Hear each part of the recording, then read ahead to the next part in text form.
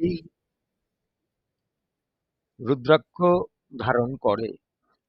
কিন্তু অনেকেই রুদ্রাক্ষ ধারণ করে তার মধ্যে ১২ মুখী অর্থাৎ ১২ মুখী রুদ্রাক্ষ ধারণ করে মনের ইচ্ছায়। কিন্তু সেটা কি জানেন? তার কি উপকারিতা? চলুন আমিই বলি।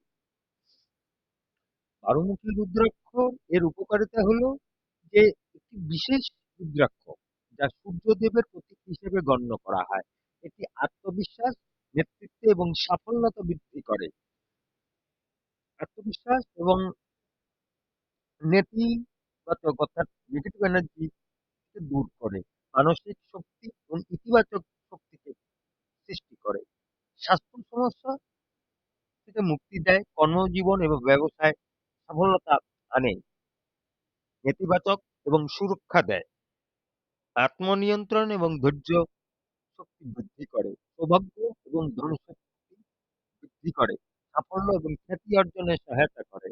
আধ্যাত্মিক উন্নতি এবং শান্তি দেয়।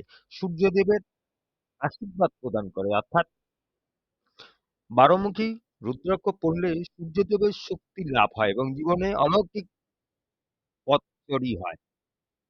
আর একে কিভাবে ব্যবহার করা যায়?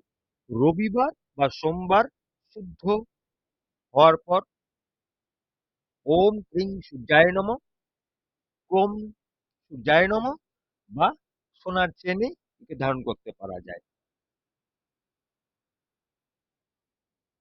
আর এটাই ছিল দ্বাদশমুখী রুদ্রাক্ষ ধারণ করলে কি কি উপকার লাভ হয়।